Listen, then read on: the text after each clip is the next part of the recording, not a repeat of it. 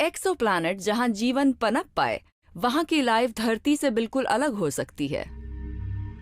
किसी alien world में हालात कैसे होंगे अगर वहां थोड़ा सा ज्यादा पोटेशियम हो, या वो धरती से थोड़ा सा ज्यादा गर्म हो, या वहां हमसे ज्यादा थिक एटमॉस्फेयर हो। ऐसे हर छोटे छोटे फर्क का मतलब है एकदम अलग किस्म का इकोसिस्टम। तो क्या एलियन ऑर्गेनिज्म धरती पर लैंड करते हुए हमारे इकोसिस्टम के मुताबिक अडेप्ट कर पाएंगे? शायद हमने इसलिए अभी तक फर्स्ट कांटेक्ट नहीं बनाया क्योंकि वो हम तक नहीं आ सकते। मान लीजिए कि वो अपने स्पेसशिप के एयरलॉक से बाहर निकलकर धरती पर आ जाएं और उन्हें हमारे एनवायरनमेंट में कुछ जहरीला लगे, वो हमारी सरफेस से किसी वजह से तालमेल ना बिठा पा रहे हों। ऐसा लगता है मानो यूनिवर्स जानबूझकर हमें एलियन से मिलने नहीं दे रहा है। बायोलॉजी फर्स्ट कांटेक्ट में एक और अड़चन पेश करती है, पर जैसा कि प्लैनेटरी साइंटिस्ट जेनी राइडेबॉग ने पता लगाया कि धरती पर भी जीवन अजीब सा हो सकता है अगर वो बहुत ही मुश्किल एनवायरनमेंट से तालमेल बिठाने के लिए एक बड़े कदम उठा रहा हो। ये है ग्रेट सॉल्ट लेक।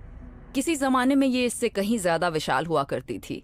जब इसका सारा पानी उड़ गया तो पीछे रह गया ये नमक। ग्रेट सॉल्ट लेक धरती के समुद्रों से 10 गुना ज्यादा नमकीन है। एक्सट्रीम सॉल्ट कंटेंट जीवन के लिए एक मुश्किल जगह बन सकता है। इसके बावजूद यहां के पानी में कई जीव फल फूल रहे हैं।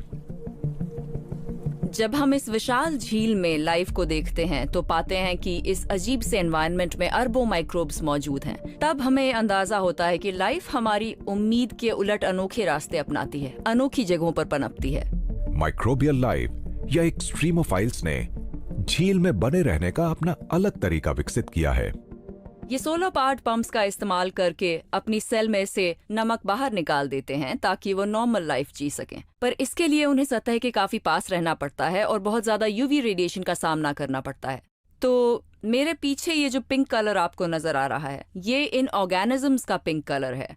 ये एक तरह का सनस्क्रीन है जो इन्हें यूवी रेडिएशन से बचाता है।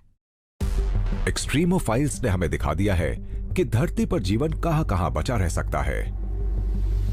क्या एलियन बायोलॉजी हमारी उम्मीद से कहीं ज्यादा लचीली हो सकती है? ये एक्सट्रीमोफाइल्स इस बात का रिमाइंडर हो सकते हैं कि हम ज्यादा बड़ा नहीं सोच रहे हैं। हो सकता है कि ईटी हमारे एनवायरनमेंट से फौरन अडेप्ट कर ले, या हो सकता है कि वो दूसरा तरीका अपनाएं, टेक्नोलॉजी का इस्तेमाल करके बायोलॉजिकल बैरियर्स को पार कर लें। हो सकता है कि हम जिन पहले एलियन से मिले वो रोबोट हों। वो बहुत पावरफुल लाइफ बना सकते हैं। हो सकता है कि वो हमसे एकदम अलग हो सकता है कि एडवांस्ड एलियंस अपने बायोलॉजिकल ब्रेन्स और बॉडीज को पीछे छोड़ आएं और मोबाइल आर्टिफिशियल इंटेलिजेंस के सहारे ट्रैवल कर रहे हों। हम समझते हैं कि इंटेलिजेंस और कॉन्शियसनेस एक रहस्यमयी चीज है जो हम जैसे बायोलॉजिकल ऑर्गेनिजम्स के अंदर ही हो सकती है और इसे कॉपी नहीं किया जा सकता। पर जो आर्टिफिशियल इंटेलिजेंस रेवोल्यूशन हमारे सामने आई है, उससे समझ आया है कि इंटेलिजेंस और शायद कॉन्शियसनेस भी एक इंफॉर्मेशन प्रोसेसिंग है और बस इंफॉर्मेशन प्रोसेसिंग ही मायने रखता है। हो सकता है कि एक एलियन अपनी कॉन्शियसनेस को किसी कंप्यूटर में डाउनलोड कर सकता हो और ट्रैवल करता हो, एक डिसएम्बॉडीड कॉन्शियसनेस की तरह। इस स्टेट में आप उसे अमर या इमॉर्टल मान सकते हैं। अगर रोबोटिक प्रोब्स धरती की तरफ आ भी रही हैं, तो एक और अड़चन हमारा इंतजार कर रही है और वो है लैंग्वेज। अगर हम एलियंस के साथ कांटेक्ट बना भी लें तो क्या हम एक दूसरे को समझ पाएंगे, कम्युनिकेट कर पाएंगे? पूरी दुनिया में करीब 7,000 भाषाएं बोली जाती हैं और हर एक में अलग अलग साउंड्स और स्ट्रक्चर्स हैं। और सबसे बड़ी बात, दुनिया में है तरह तरह की स्पीशीज। जब दूसरी सिविलाइजेशंस के साथ कम्युनिकेशन की बात आती है तो ये सोचना चाहिए कि पृथ्वी पर जो दूसरे जीव हैं, दूसरे इंटेलिजेंट एनिमल्स, उनके साथ कम्युनिकेट करने में हमें कितनी दिक्कत आती है। अब इमेजिन कीजिए कि किसी एकदम अलग तरह के प्लैनेटरी एनवायरनमेंट से आए एलियन से कम्युनिकेट करने में कितनी दिक्कत आ सकती है। अगर मैं केवल फिल्में देखकर अपनी राय बनाऊं तो मुझे लगेगा कि इंटरस्पीशीज कम्युनिकेशन बहुत ही आसान होगा और अक्सर होता होगा, पर सच्चाई तो ये नहीं है। साइंस फिक्शन मूवीज हमेशा शॉर्टकट्स लेती हैं, फिर चाहे लाइट की स्पीड से ट्रैवल करना हो या फिर 2 रेसेस के बीच सस्ता और आसानी कम्युनिकेशन हो।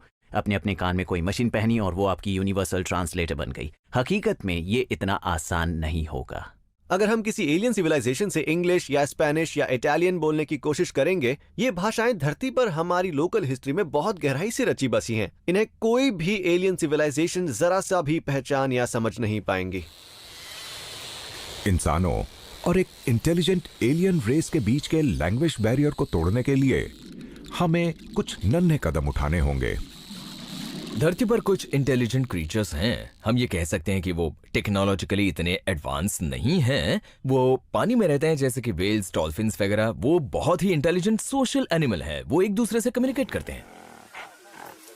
एक गोरिल्ला है कोको, जो हाथों के इशारों से कम्युनिकेट करता है। हम ह्यूमन स्पीच का इस्तेमाल करके अपने डॉग से बात करते हैं और वो रिस्पॉन्ड भी करते हैं। कुछ ऐसी बर्ड्स हैं जो इंसान की आवाज की कॉपी कर सकती हैं। तो इस तरह की पॉसिबिलिटीज हैं।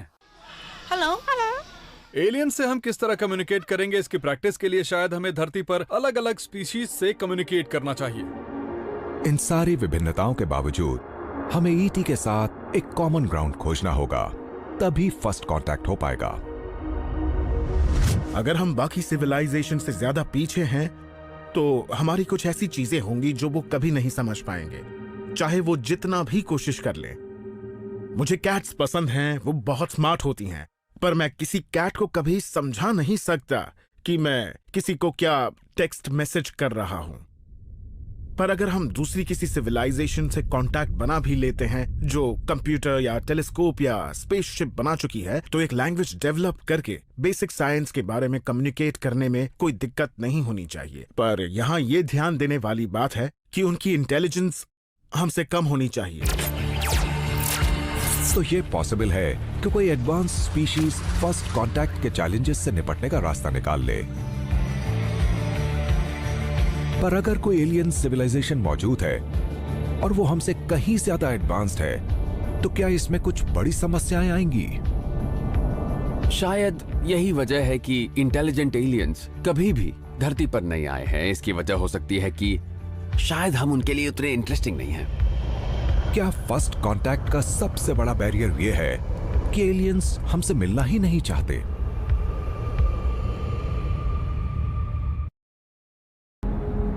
मूवीज में आमतौर पर फर्स्ट कांटेक्ट का मतलब है एक एलियन इन्वेजन। शहरों में तबाही मच जाती है,